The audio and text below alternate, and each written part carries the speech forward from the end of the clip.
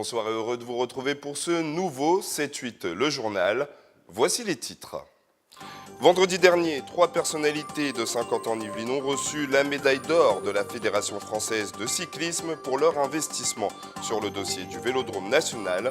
Nous étions sur place et puis nous avons aussi rencontré une troupe de théâtre yvelinoise pas comme les autres. En effet, les comédiens jouent à domicile, c'est-à-dire chez vous, un concept qu'ils ont monté en 2011.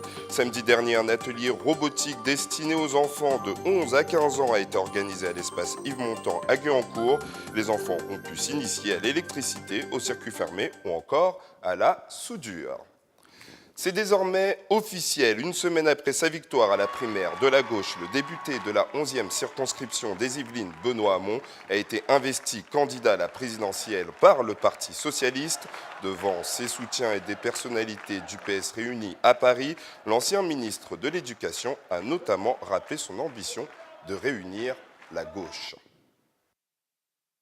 Je ne pose pas comme préalable, parce que serait la Ve République, qu'il faut se mettre derrière Benoît Hamon, le doigt sur la couture du pantalon et ne rien dire, sinon suivre celui qui est le chef. Ça n'est pas ma conception de l'action politique. Mais je leur demande en échange de ne pas me demander des têtes, parce que cela n'a aucun sens. Le rassemblement, ça ne commence pas par le fait d'exiger des têtes. Et le champion des Républicains, François Fillon, a répondu lors d'une conférence de presse cet après-midi à ses détracteurs. Englué dans une affaire d'emploi fictif au bénéfice de sa femme et de ses 2 enfants, François Fillon a notamment confirmé qu'il irait jusqu'au bout. Et pourra compter sur la confiance de ses soutiens yvelinois, écoutez à ce propos Suzanne Blanc, présidente du comité Les Yvelines pour François Fillon. Là, il dit « je suis debout », c'est qu'il est debout. et que le combat continue. Voilà, tout simplement. Il ne recommence, enfin oui, il recommence si on veut, parce que c'est vrai que la semaine dernière, c'était, voilà, ça n'était pas une évidence. On continue les actions. Je pense qu'on a été nombreux à avoir très peur qu'il ne jette l'éponge. Voilà, donc c'est pas le cas. Eh bien, autant parfois j'ai eu moi aussi le moral un peu en baisse. Autant là, voilà, j'ai le sourire de nouveau. Selon une dernière étude parue aujourd'hui, 68% des sondés ne veulent plus de l'ex-premier ministre comme candidat à l'élection présidentielle. Le Vélodrome national de Saint-Quentin en Yvelines ne serait peut-être jamais sorti de terre sans eux. Michel Laugier, président de Saint-Quentin en Yvelines, ainsi que son prédécesseur Robert Cadalbert et l'ancien vice-président Yves Machebeuf ont bataillé avec la région et l'État pour créer ce projet. Pour les remercier, la Fédération française de cyclisme a décidé de les décorer de la médaille d'or vendredi dernier. Un reportage de Michael Elmidoro et de Patrick Jacques de Dixmude. La Fédération française a organisé ce vendredi 3 février une cérémonie au Vélodrome national. Objectif, rendre hommage aux acteurs politiques saint-quentinois qui ont œuvré pour la construction de la structure. Michel Laugier, président de Saint-Quentin en Yvelines, ainsi que son prédécesseur Robert Cadalbert et l'ancien vice-président Yves Machebeuf ont reçu la médaille d'or des mains du président de la FFC, David Lapartient. La médaille d'or est une médaille très symbolique. Il n'en est remis que 5 par an, donc ça renforce le poids et la valeur de cette médaille. Et c'était important que je puisse honorer, parce que c'est quand même moi qui ai travaillé avec eux. Recevoir la médaille d'or de la Fédération française de cyclisme, c'est un honneur qui, pour moi, illustre l'investissement que j'ai pu faire pour l'arrivée de la fédération, la construction du vélodrome. C'est une marque qui me va droit au cœur, parce qu'effectivement, pour nous, à Saint-Quentin-en-Yvelines, l'arrivée de la fédération et donc la construction du vélodrome était effectivement 10 ans de travail. Pour réaliser ce projet, les discussions ont été âpres. Les premières réunions ont eu lieu au début des années 2000. Malgré l'échec de la candidature de Paris au JO de 2012, le projet est maintenu et officiellement lancé en 2009 pour une livraison en janvier 2014. Coût global des travaux, 74 millions d'euros en partenariat public-privé.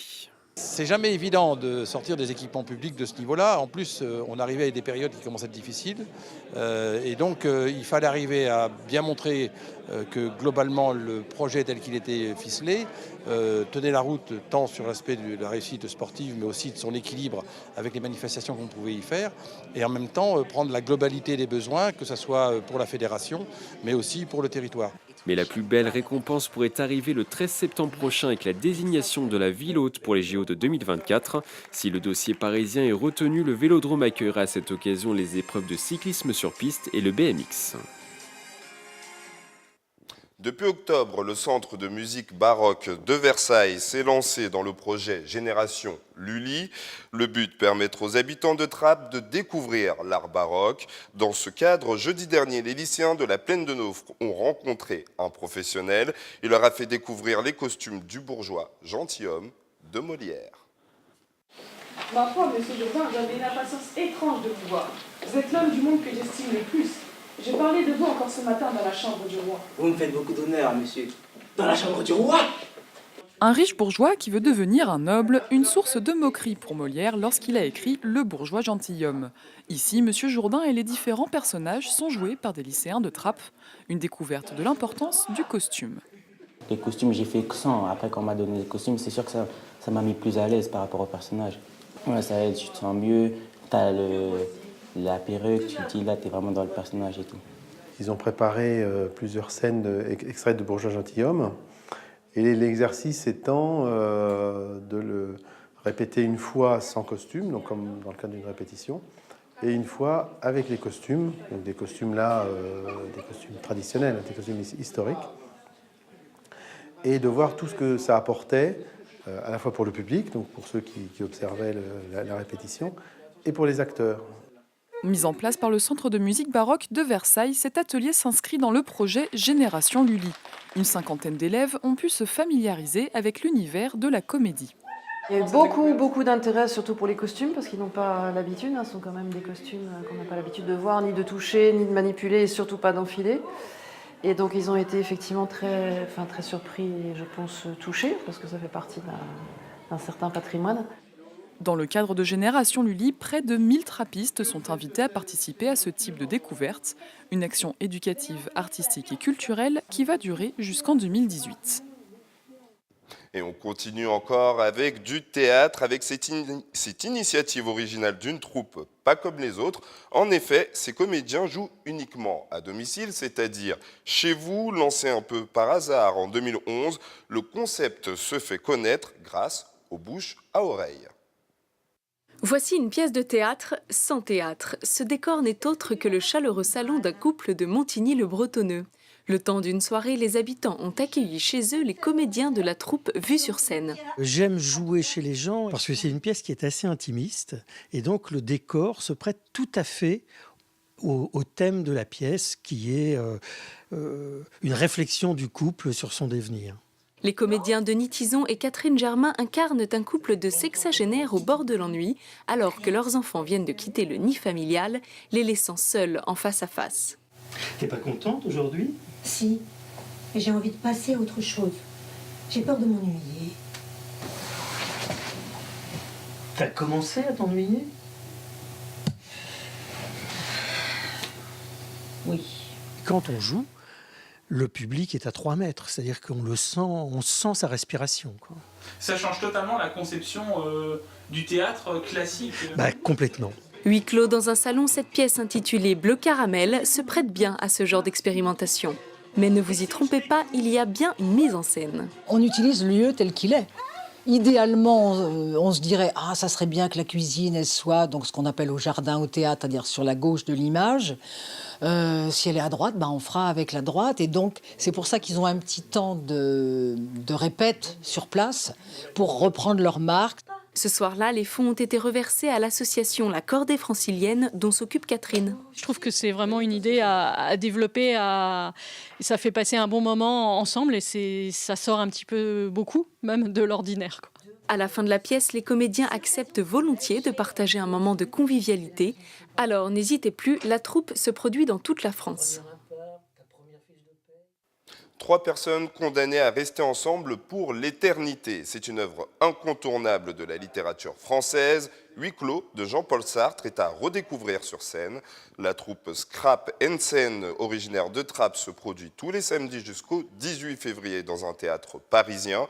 Nous sommes allés rencontrer la compagnie en pleine répétition à la Maison des Familles à Trappes. Inès, Estelle et Garcin, et le garçon, nous sommes tous les 3 morts. nous arrivons en enfer. Moi, on ne sait pas trop ce que je suis. Lui, c'est le groom. Très vite, ils vont bien voir qu'ils ne se supportent pas, mais il va bien falloir quand même faire avec. Et ils ont tous fait quelque chose de répréhensible, c'est pour ça qu'ils sont en enfer. Mais quoi? Il va falloir l'avouer pour se comprendre et essayer de se supporter les uns les autres. Et donc l'enfer, c'est les autres, c'est la pièce célèbre. Mais c'est une espèce de triangle infernal, en fait, où on ne peut pas s'en sortir seul, en fait. On est ensemble ou pas. C'est nous trois ou rien. La ville de Guyancourt a organisé samedi dernier un atelier destiné aux jeunes entre 11 et 15 ans sur la robotique à l'espace Yves Montand. Notre journaliste Nicolas Dandry était sur place. Construire un véhicule à 2 roues robotisé, c'est le défi de ces 5 petits ingénieurs en herbe. Ils participent à un atelier consacré à la robotique à l'espace Yves Montand de Guyancourt. Découpage, assemblage, soudure, ils ont pu découvrir les différentes étapes de construction. J'ai appris à faire de la soudure, à travailler avec les engrenages, ce que j'avais jamais fait encore, et à faire des conduits d'électricité. C'est la première fois que j'ai fait de la soudure. Et aussi un robot. J'ai appris ce que c'était un robot. Aussi à différencier les robots à d'autres objets. Oh, moi j'aime bien suivre un mode d'emploi et construire, j'aime beaucoup construire. Animatrice de l'association Planète Science, Clémence encadre cet atelier en détaillant le vocabulaire technique de la mécanique et de l'électricité et en les accompagnant dans le montage. Tu fais passer le fil et après tu revisses. Ah d'accord. L'association Planète Science remplit plusieurs objectifs à travers ses activités ludiques et pédagogiques. Les sensibiliser déjà à la robotique, aux robots, parce qu'on sait que ça fait de plus en plus partie de notre environnement, dans notre société tout simplement. Et aussi ça leur permet de s'éveiller aussi à manipuler, expérimenter, comment construire vraiment un véhicule. Un nouvel atelier pourrait être organisé autour des capteurs et des logiciels pour concevoir un véritable robot. Et c'est la fin de ce 7-8 le journal. Merci de nous avoir suivis. Prochaine édition demain à 18h. Et surtout, bonne soirée à tous.